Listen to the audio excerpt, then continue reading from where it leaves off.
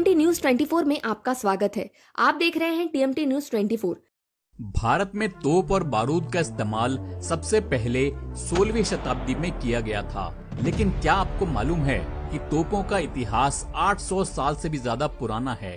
दुनिया में सबसे पहली तोप का उपयोग चीन ने 12वीं शताब्दी में किया था, जिसको कहा जाता था फायर लांस। उसके बाद 14वीं और 15वीं शताब्दी में पश्चिमी यूरोप में तोपों के बैरल तैयार करके उनमें स्टोन बॉल्स यानी कि पत्थर के गोले इस्तेमाल किए जाने लगे। 16वीं शताब्दी में इन पत्थर के गोलों से भी ज्यादा प्रभावशाली लोहे और अलग अलग धातुओं के गोले उपयोग में लाए जाने लगे। ये वही समय था जब मुगलों ने भारत में कदम रखा था और फिर सन 1526 में पानीपत के युद्ध के दौरान मुगल बादशाह बाबर ने तोप और बारूद का इस्तेमाल किया था। इससे पहले यहाँ के राजाओं को तोप और बारूद की जानकारी नहीं थी। आज मैं आपको दिखाने वाला हूँ राजस्थान की राजधानी जयपुर के जयगढ़ किले में रखी गई एक ऐसी तोप जो कि दुनिया की सबसे बड़ी तोप के रूप में जानी जाती है, जिसका नाम है जयवाण तोप। तो इस वीडियो में मैं आपको न सिर्फ इस तोप की सारी विशेषताएं, इसका इतिहास और इससे जुड़े तथ्यों की जानकारी दूंगा, बल्कि आपको इस किले में बने तोप कारखाने में ले जाकर ये भी समझाऊंगा कि इस विशाल तोप को आखिर कैसे बनाया गया था। तो मैं आपको बता देता हूँ कि सन 1658 में जब मुगल बादशाह शाहजहां के बेटों के बीच वर्चस्व की लड़ाई छिड़ गई थी, तब उनके बेटे दारा शिकोह ने यहाँ के तोप कारखाने पर अपना कब्जा जमा लिया था। लेकिन सन 1659 में औरंगजेब ने अपने भाई दारा शिकोह को मरवाकर बादशाहत हासिल कर ली थी और फिर बाद में मुगल बादशाह मोहम्मद शाह के शासन काल में सवाई जयसिंह द्वितीय को जयगढ़ किले का मुगल किलेदार बना दिया गया था, जिसके बाद उन्होंने यहाँ सन 1720 में जयवाण तोप का निर्माण करवाया था। तो खास बात ये है कि इस तोप को कभी भी किसी युद्ध के लिए इस्तेमाल नहीं किया गया, क्योंकि आमेर के कछवाहा राजपूतों के मुगलों से काफी अच्छे रिश्ते हुआ करते थे। तो इस जयवाण तोप को बनाने के बाद इसको केवल एक बार इस्तेमाल किया गया था, वो भी सिर्फ परीक्षण के लिए। तब इसकी मारक क्षमता 22 मील की पाई गई थी, यानी कि करीब 35 किलोमीटर की। तो जब इस तोप को चलाया गया था तो इसका गोला चाकसू नाम के एक कस्बे में जाकर गिरा था और बताया जाता है कि तोप का गोला गिरने से वहाँ पर एक तालाब बन गया था, जो कि आज भी वहाँ मौजूद है और गोली राव तालाब के नाम से जाना जाता है। तो इस तोप को जब चलाया गया था तो इसमें पीछे की तरफ से 100 किलो बारूद भरा गया था और आगे की तरफ से इसमें 50 किलो का गोला डाला गया था, जिसका डायामीटर 11 इंच का था। इसका एक गोला अभी भी यहाँ के शास्त्रागार में आपको देखने के लिए मिल जाएगा। इस तोप के पीछे में 2 मोर की आकृति बनाई गई है, जिनकी गर्दन के नीचे में आपको एक छेद दिखाई देगा। तो इस छेद से लेकर यहाँ बने एक पानी के टांके तक फ्यूज वायर लगाया गया था, ठीक उसी तरह से जैसे कि पटाखों की बत्ती होती है। जब उस पानी के टांके के पास से फ्यूज वायर में आग लगाई गई थी तो इस तोप को चलाने वाले सैनिक ने पानी में डुबकी लगा ली थी, जिससे कि उसके कान के पर्दे ना फटे। इसके बैरल की लंबाई 20 फीट की है, वजन 50 टन का है और ये अष्ट धातु यानी कि 8 मेटल्स को मिलाकर बनाया गया है। तो गाड़ी समेत इस तोप का वजन कुल मिलाकर 250 टन का है, जिसमें से 200 टन की गाड़ी है और 50 टन का बैरल है। इस गाड़ी के पिछले पहियों में रोलर पिन बियरिंग्स लगाए गए थे और इसको 12 हाथियों की मदद से मोड़ा जाता था। इस 4 पहियों वाली गाड़ी के अगले पहियों की ऊंचाई 9 फीट की है और पिछले पहियों की ऊंचाई 4.5 फीट की है। यहाँ इस तोप के ऊपर में जो टिन का शेड लगा हुआ है, ये सवाई राम सिंह जी ने 19वीं शताब्दी में लगवाया था, जिससे कि धुओं पर पानी से इसका बचाव किया जा सके। इस तोप को सुंदर बनाने में भी कोई कमी नहीं छोड़ी गई। इसमें पीछे की तरफ मोर का डिजाइन बना हुआ है, बीच में फूल पत्तियां बनाकर मीनाकारी का खूबसूरत काम किया गया है और आगे की तरफ में इसमें हाथी बनाया गया है, जो कि हिंदू धर्म के अनुसार शक्ति का प्रतीक माना जाता है। मैं आपको बताना चाहूंगा कि मुगल बादशाह अकबर के शासन काल में आमेर किले का निर्माण करने वाले मिर्जा राजा मान सिंह अकबर के दरबार में शामिल उनके 9 रत्नों में से एक थे।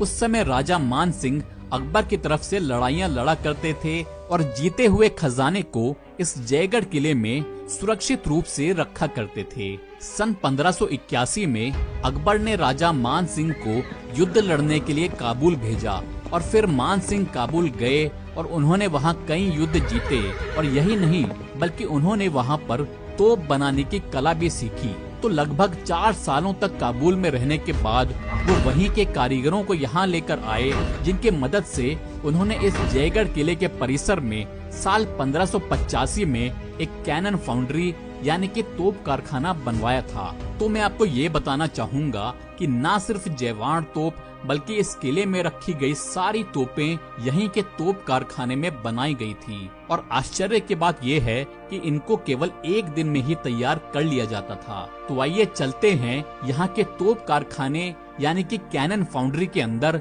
और जानते हैं कि यहाँ पर तोपें आखिर कैसे बनाई जाती थी। तो इस तोप कारखाने में प्रवेश करते ही सबसे पहले आपको एक तोप रखने की 2 पहिया गाड़ी दिखाई देगी। यहाँ से जब आप थोड़ा सा आगे बढ़ेंगे तो आपको जयवाण तोप की तरह ही दिखने वाली उससे थोड़े छोटे आकार की तोप दिखाई देगी, जिसको कहा जाता है बजरंग वाण। तो ये तोप हमेशा अंदर में ही रखी रहती थी और युद्ध के समय में इसको बुर्ज पर चढ़ाने के लिए 32 बैलों की आवश्यकता पड़ती थी।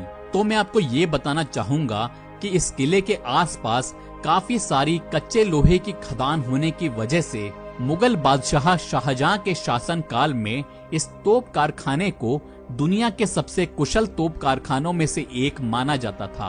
तो ये है इस तोप कारखाने का खराद परिसर यानी कि ड्रिलिंग कॉम्प्लेक्स। तो यहाँ पर सबसे पहले तोप का बैरल बनाने के लिए मिट्टी का मोल्ड यानी कि सांचा तैयार किया जाता था, जैसा कि आपको सामने में दिखाई दे रहा है।